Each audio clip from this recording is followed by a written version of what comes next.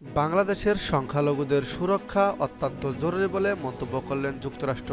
যুক্তরাষ্ট্রের জাতীয় নিরাপত্তা পরিষদের কৌশলগত যোগাযোগ সমন্বয়ক জন কার্বি বলেছেন, বাংলাদেশের ধর্মীয় ও নৃতাত্ত্বিক সংখ্যালঘুদের সুরক্ষা অত্যন্ত জরুরি। বৃহস্পতিবার হোয়াইট হাউসে প্রেস ব্রিফিংয়ে এক প্রশ্নের জবাবে একথা বলেন তিনি। সংবাদ সম্মেলনে বাংলাদেশ ও ভারত নিয়ে এক সাংবাদিক কার্বিকে প্রশ্ন করেন, শেখ হাসিনা সরকারের পতনের পর বাংলাদেশে হিন্দুদের হত্যা এবং মন্দির ভাঙচুরের অভিযোগ কয়েক সপ্তাহ ধরে যুক্তরাষ্ট্রে হিন্দুদের কয়েকটি দল বিক্ষোভ করছে। সে বিষয়ে প্রেসিডেন্ট জো বাইডেন অবগত আছেন কিনা?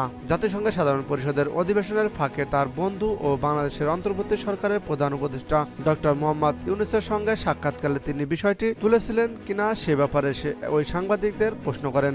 উত্তরে কার্বি বলেন, আমরা খুবই নিবিড়ভাবে এগুলো পর্যবেক্ষণ করছি এবং প্রেসিডেন্ট নিজেও নিবিড়ভাবে নজর রাখছেন। সাবেক প্রধানমন্ত্রী ক্ষমতাচ্যুত হওয়ার পর বাংলাদেশের নিরাপত্তা পরিস্থিতি কঠিন হয়েছে।